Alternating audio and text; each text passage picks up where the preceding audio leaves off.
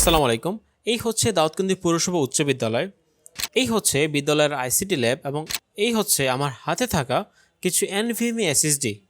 কেন? কারণ এই সুন্দর আইসিটি ল্যাবে টোটাল 14টা ডুয়েল ব্র্যান্ডের ল্যাপটপ রয়েছে। ল্যাপটপগুলো i7 10 জেনারেশন হলেও এদের সিস্টেমে হার্ড ডিস্ক এইচডিডি ব্যবহার করা হয়েছে। যারাই এইচডিডি দিয়ে ল্যাপটপ বা পিসি ইউজ করেছে একমাত্র তারাই বলতে পারবে যে হার্ড ডিস্ক কতটা স্লো কাজ করে। এই সমস্যার সমাধান করতে আমরা এই ল্যাপটপগুলোতে এনভিএমই এসএসডি ইনস্টল করব এবং ফ্রেশ জানালা 11 উইন্ডোজ 11 এবং প্রয়োজনীয় সফটওয়্যার এবং ড্রাইভার ইনস্টল করে দিব। এতে ল্যাপটপগুলোর স্পিড বহুগুণে বেড়ে যাবে ইনশাআল্লাহ।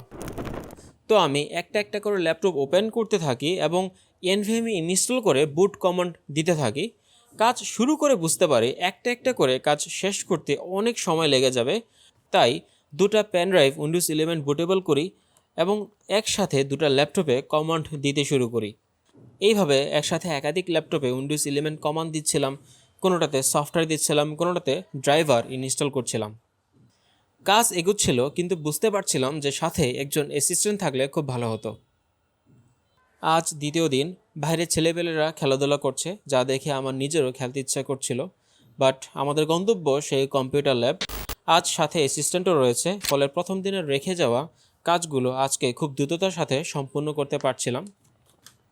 এইভাবে আমরা টোটাল 12টা ল্যাপটপের মধ্যে এনভিএমই এসএসডি ইনস্টল করেছি। আর দুটো ল্যাপটপের মধ্যে প্রবলেম থাকায় তাদেরকে সার্ভিসের জন্য সাথে করে নিয়েছি। আশা করি এরপর থেকে টিচার এবং স্টুডেন্টরা এই ল্যাপটপগুলো ব্যবহার করতে এসে খুশি হয়ে যাবে এবং তাদের প্রযুক্তিগত কাজে গতি আসবে ইনশাআল্লাহ।